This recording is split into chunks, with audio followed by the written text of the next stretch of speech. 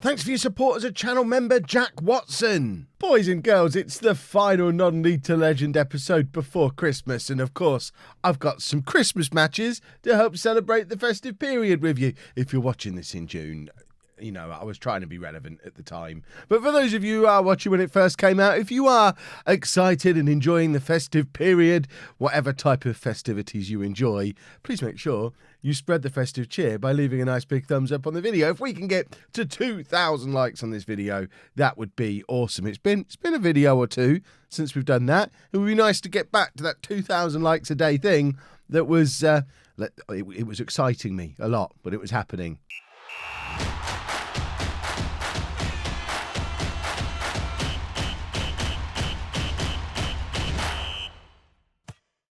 Hello and welcome to Club 2, Part 11 of Non-League to Legend. I'm Kevin. Coming up on today's episode, as promised, we have Christmas fixtures, or specifically a Boxing Day fixture at home against Lincoln, and then an FA Cup third round tie on New Year's Eve at home against Coventry. We've talked before about how sporadic our home and away fixtures seem to be.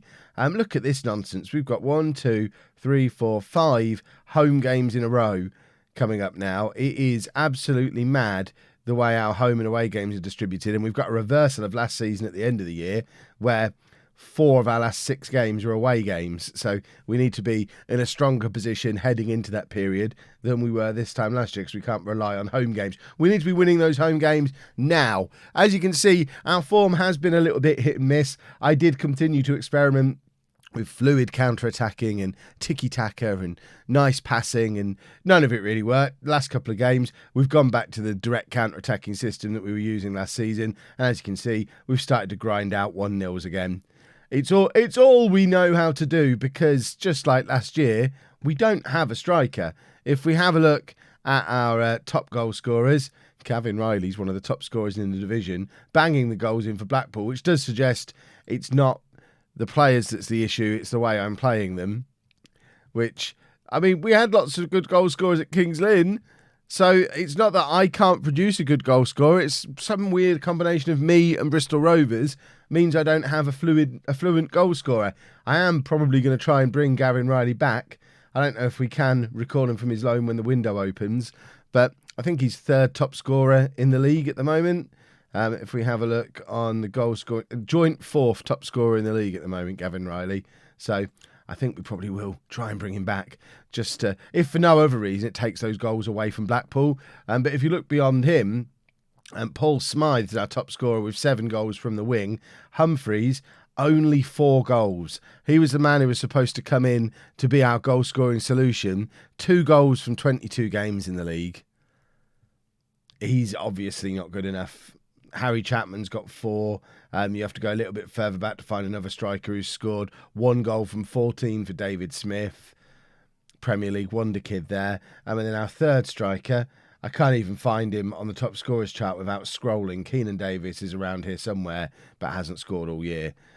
So, yeah, he's another one who is absolutely not the answer. So Gavin Riley hopefully will be coming back. There have been a couple of clubs who've offered me job interviews between the last couple of episodes. I was offered an interview at Blackpool, who are there. I was offered an interview at Ipswich. I actually turned both of the interviews down on the basis of I've only been at Bristol Rovers about a year. I don't feel like it's the right time to move on. Obviously, we didn't get to the point where we were discussing money. I did look at the club reputations. If they'd have been higher reputation clubs, then I would have definitely gone to the interviews. But I think they were both showing us, 2.5-star clubs, similar to us. So they're not significant step-ups. They're similar mid-table League One sides. They might offer me an extra £200 a week. But to be honest, you saw the house I'm living in. Now I'm in Bristol. For me to move all the way to Blackpool or all the way to Ipswich from Bristol, just a year after moving here, I'm going to need a significant pay rise or a significant jump to a better club. So for now, I'm happy staying at Bristol Rovers. If form turns and we start to fall down the league, then I'm more interested in moving. I mean, I do feel like Ipswich probably are a bigger club. Blackpool probably are as well, but the game tells me they're not. So on that basis, I'm happy staying at Bristol Rovers for a little while. That's not to say I'm going to turn down every interview that's offered to me, but those two just didn't feel quite Right, so let's get into this game, and hopefully Humphreys will score a hat-trick and we'll start looking awesome and scoring loads of goals. That would be lovely. If not, we'll just be waiting for Gavin Riley to come back as our saviour. I mean, really. So we're going with Bond in goal, a back four of Kingsley, Lennon, Kilgore and Blass. Clark at the base of the midfield, Adshed and Dreyer ahead of him, Chapman and Smythe on the either wing with Humphreys up front. Completely isolated. I get why he's not really performing in this system, because he is absolutely isolated. There is nobody in there behind him. But you know what? If he was good enough, it wouldn't matter. And we've seen it with so many strikers over the years. I've used a 4-3-3 many, many times before, and I don't know that I've ever had a succession of strikers like what we've had here at Bristol Rovers do as poorly in a variety of different systems. Right, let's passionately say why we're we can't say why we're the 15th best team in the league at the moment on current form. So can we assertively say the media have been on our backs lately? Go out there and assertively enjoy this match. I clicked that before I'd read the end of it. I didn't want to tell them to enjoy the match. I wanted to tell them to go and sort their lives out and win the game. But clearly, probably should read everything before I start clicking buttons. And that team talk might be the answer. It might work. Who knows?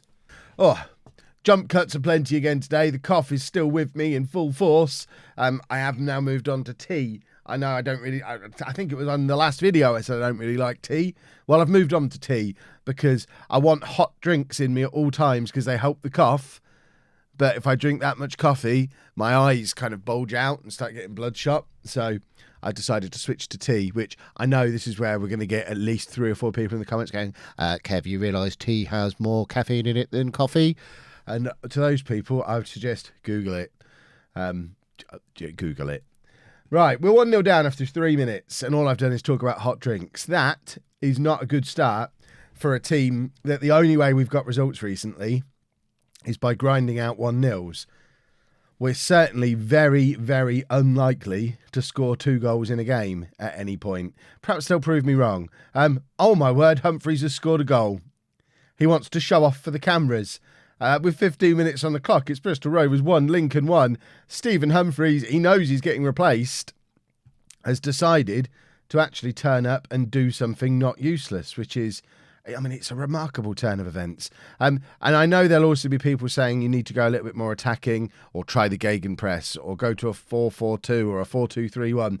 Amongst all that run of rough form, I tried a lot of that stuff, and none of it really worked. Well, none of it worked at all. We were on like an 8 or 9 game run without a win until I just gave up with experimentation, went back to the system that saved us last year, and that's when we started to pick up a few results again. That being said, it doesn't look like it's working today because Lincoln, who are very much in a relegation battle, have now scored a 2nd goal against us inside the first 20 minutes of this game, which I don't want to sound defeatist, but I kind of think that that's game over because it's so unlikely that we're going to get a 2nd goal. Obviously, we'll try, but it would be, I mean, it was mad enough that Humphreys got a goal. It would be even madder if, as a team, we were able to go and grab a 2nd one, because we just don't do that. We can't score goals. Even when I go attacking, even when I play more attacking players, we're still rubbish going forward. And I think as nice as it is to do a nice little transfer window, like the one that some of you haven't seen still, because it's still not back, YouTube, sort yourselves out. It might be back by now. I'm recording this a couple of days in advance. But it was a nice transfer window. The only problem was we didn't sign the striker that we needed. And I think the priority for this summer, if I'm still here, is forget about every other element of the squad, sign a goal scorer, and then worry about everything else afterwards. We're going positive. It won't make a blind bit of difference because we're useless. But we might win the next match. We're so inconsistent. We're just a rubbish mid-table team, and I don't like it at all. Why didn't I go to Ipswich? I always have fun there. What have we got on the bench that could change this game? I mean, I could prove a point to you, and we could do this. There you go. I've brought on an attacking player to not leave Humphreys so isolated. People are going to say, Kev, your midfield's too negative. Yeah, but when it's not, we concede too many goals. I've covered all these bases. I know what I'm doing. I've tried a lot. Everything you could suggest. I've probably already tried. There you go. We were doing a triple substitution. There are goals coming onto the pitch, just not very many of them because we're Bristol Rovers. Demand more. Go attacking. And not get a highlight because we're not very good. Oh my word. Come on. At least give me a highlight. Corner. Doesn't get anywhere near a blue shirt.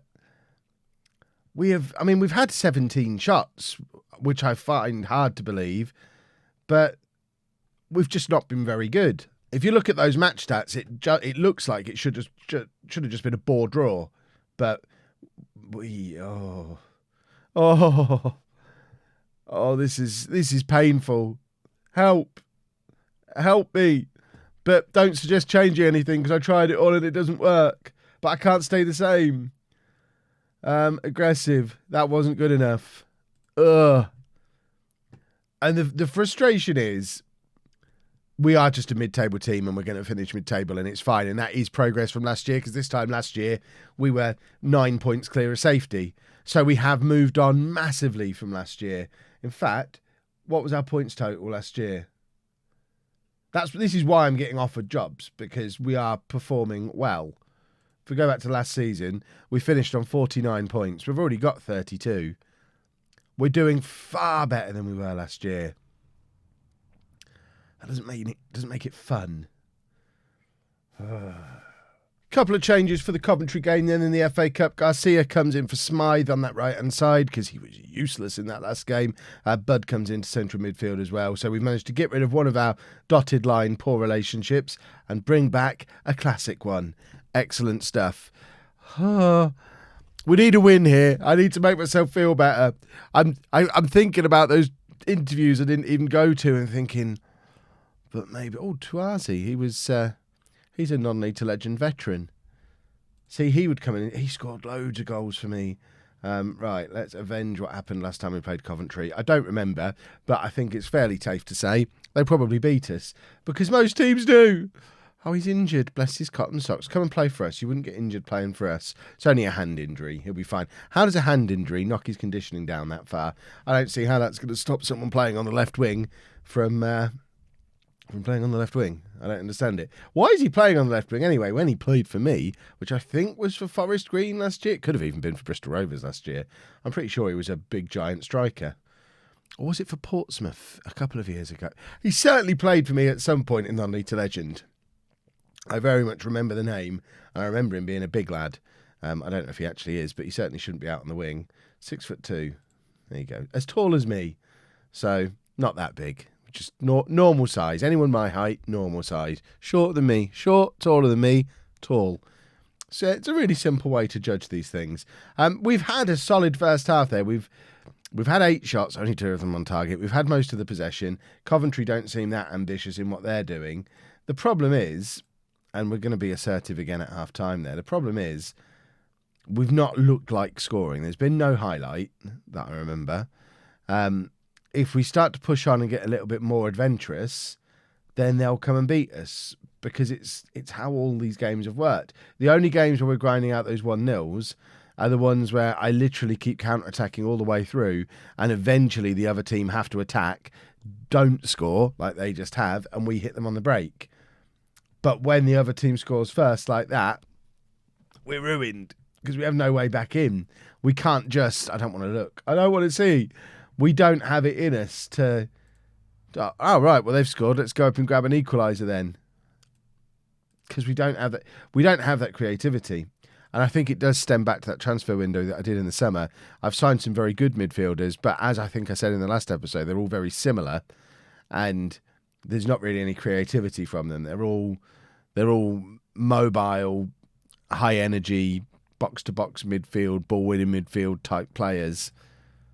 We don't have anyone who's just gonna. I mean, I've just noticed we don't even have a playmaker. This is a problem. Right, let's do a triple substitute. You know what? I am doing the triple, but I'm bringing him on for him, and we're going to do this again. And we're going to make him a playmaker. And maybe, just maybe, having a playmaker in there, we're going to go attacking as well. For 20 minutes, of attacking with a playmaker. Can we tell him to get creative as well? I want to click. Let me click it. Get creative. There we go. I've inspired their creativity.